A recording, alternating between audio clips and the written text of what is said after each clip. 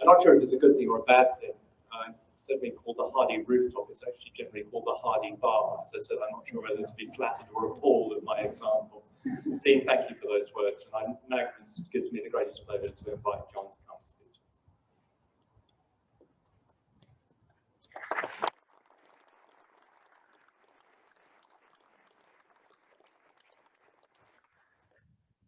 Firstly, may I thank all of you for coming today. I know it's been quite an effort for a lot of you, and we're all very grateful for that. On a somber note, I was a member of the 1956 cohort, a small but cohesive group, and a fortnight ago we lost one of our members, Brian Leach, to cancer, and it came as a shock to all of us. Brian was an intelligent fellow, very laid back. He swung through university with a minimum of effort. He made a mean home brew. He enjoyed socializing and mixing with other people very much. He ran with the Hatch House Carriers barefooted, hence his nickname, Barefoot. He had the best rugby tackle and the worst shirts I've ever seen. And he was a top guy. Now, may I ask you all to join me in a minute's silence in memory of Brian.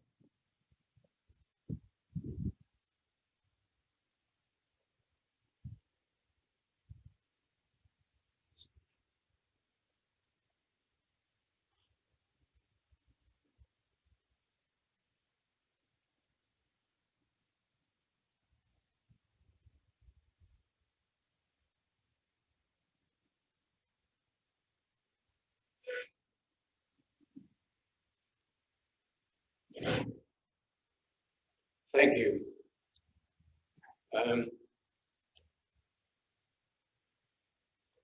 I believe that speech should be like a woman's skirt, long enough to cover the essentials, but short enough to generate interest in them. I'll try. Uncharacteristically for a lawyer, I don't want to talk too much. The main thing I want to say is that St George's College gave me so much that it's indeed been a privilege to be able to give something back. I think probably one of the finest things my parents ever did for me was to send me to St George's College.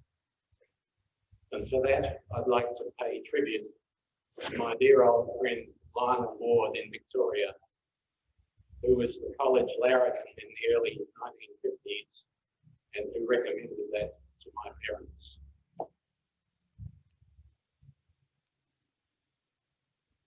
It was in recognition of my late father's contribution to the visual arts in Perth over many years by way of public lectures and newspaper articles that I gave a couple of significant sculptures to the West Australian Art Gallery, of which he was a board member from 1960 to 1970. I felt privileged to be born and bred in Perth, and I wanted to make a contribution to the city that future members of the public would enjoy. In the same vein, I wanted to make a contribution to this college for future students, generations of them could enjoy. I'm grateful to the college board for naming this auditorium behind me after my late mother, who had her own interest in the arts, mainly in the fields of dance and music. And I'm proud to say, as Dean has already referred to, that permanently housed in the auditorium the fully refurbished 1894 Bechstein grand piano, which was hers, a couple of French Aubusson tapestries created by the world's foremost designer, Jean Loussat, and 3 classic ecclesiastical pictures of Regensburg Cathedral by Kurt von Unruh, who was a leading German painter of the mid-20th century, all of which were mine. I find it overwhelming and embarrassing that this new wing carries the family name, but I'm consoled by the fact that really it belongs to all those donors, both large and small, who made this project possible. And all of you should be fiercely and justly proud of what's been achieved. When I think back to my days in the 1950s at St George's College, I'm gobsmacked by the changes that have taken place subsequently. In my day, there were 80 male students. We were the centre of everything that took place at the university, which was then quite small. We thought a lot about beer and sex. We worked and played hard. And the food was pretty average. In fact, Matrix cake was better as a missile than as food. And the only way girls was today, on the other hand, there are 270 students in this college, 54% of them are girls. They still think, obviously, a lot about sex, because in this new wing, every room has a queen-size bed. The food is superb, and thanks to Sonia and her chefs, it couldn't be better. Achievement has been the development of the musical program, which has become so important and in fact unique. It was originally promoted by the previous warden, John Inverarity, developed by Michael Grebler, who was a first-class honours student both in engineering and music here at UWA. Went on to do first-class honours at Boston University and is now making his way as a composer in New York. And since then, it has been under the musical direction of the charismatic and innovative Christoph Karras, who's been so capably complemented by Paul Wright, the violinist of international standing, who has a background both at the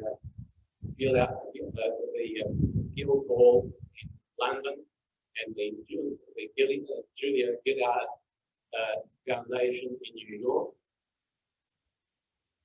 Raymond Young, who's a doctor of music And the poor bloke is called on to accompany every single musical piece that seems to take place at every concert, and he does so with alacrity. And then there's Brianna Lewin, who's a wonderful singer and is a member of the WA Opera. And they are supported and complemented by the affable and charming Mark Coughlin, who is the chairman of the music committee. Now, between them, these guys have over 60 students playing instruments and singing, a truly remarkable achievement. And all that has been possible because of the enthusiastic direction and supervision of our warden, Ian Hardy. I can't speak highly enough of Ian. With the advent of the coronavirus, he immediately cut the fees and the salaries, including his own. He lost a third of the students from the college who went back to their homes overseas or in other places in Australia. And thanks to his background in finance and education, he introduced protocols for the students if they wanted to leave the college for any reason. Not one student contracted COVID, and he has achieved what's unique on College Road, and probably I think in the whole of Australia, that first semester he cut even financially, did not make a loss in spite of all those problems. And the prospect is that this semester he'll make a profit. An amazing achievement. And not only that, Ian has kept a close eye on the construction of this place, and David McMorrow, who is in charge, is here today. Put the building up in the remarkable time of 12 months from go to whoa. And thanks to Ian, who kept an almost daily supervisory role, it's turned out to be a wonderful institution. And not only that, I mean, Ian is such a man that if you're talking to him here and one of the kids walks past, you cut off the conversation and say, hello, so-and-so, and have a word of some sort to them. And they'll answer, hi, Ian. They're on Christian names. It's fantastic. And not only that, all those things, Ian and his lovely wife, Kerry, made a very substantial, personal, unsolicited financial contribution towards this new wing. And for all those reasons, the Hardy room on the top floor is very appropriately named. Now, characteristically for a lawyer, I've now said too much. So I'll conclude by saying that I'm confident that this new wing will contribute substantially to give future generations of students the grounding for life, the work ethic, the community spirit, the camaraderie, and the lifelong friendships, which has been my privilege to enjoy myself.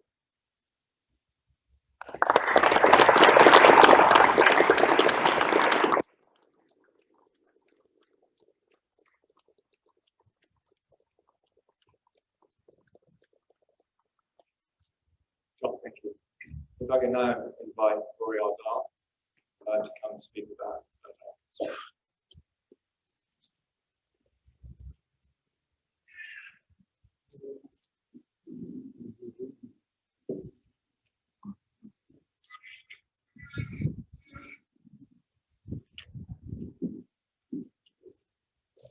Grace, John, and Dr. Meredith Darkus on behalf of the Darkus family. Distinguished guests all. John, that was a wonderful address. Congratulations. Raised all of the money that we were Rodgers and an Darkus court does not happen without a heavy hitter or two. Is anyone familiar with fundraising? These projects will tell you. Our college was fortunate indeed to have two Georgians step to the heavy hitters plate. Together they gave about 4/5 of the money. That is heavy hitting indeed. My college contemporary and old friend John was one, as you've heard, and I should say the heavier of the two. I add my thanks and appreciation to you, John, for your leadership contribution. It is fantastic. The quadrangle here is named for the other, Bert Arcus. And it's fallen to me to tell you something of Bert and his bequest. A bequest which matured, if I use that term, on Bert's death in 2013, and which enabled the warden, Ian, to dream of this wing.